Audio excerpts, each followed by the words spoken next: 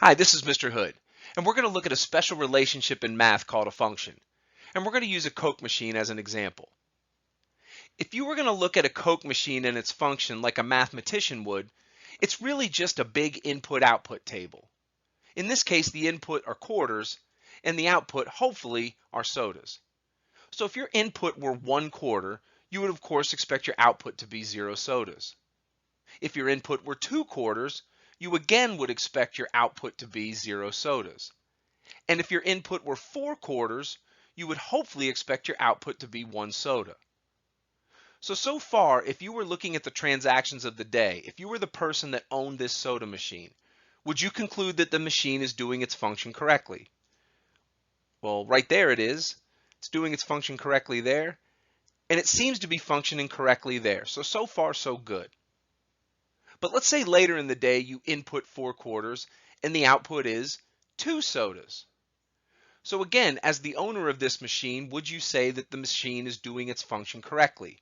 Clearly it isn't. So how does this relate to math?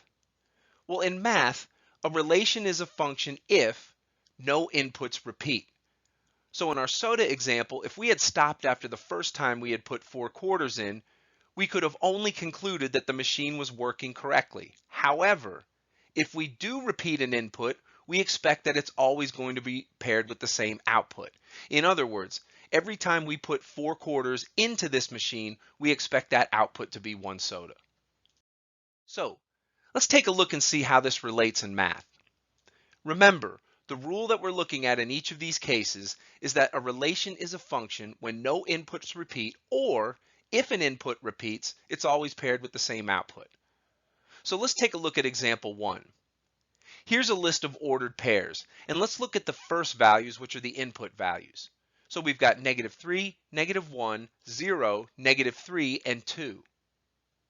You've probably noticed that -3 repeats. However, when it does repeat, it's not paired with the same output value, so therefore it is not a function because the x value 3 is repeated with a different y value.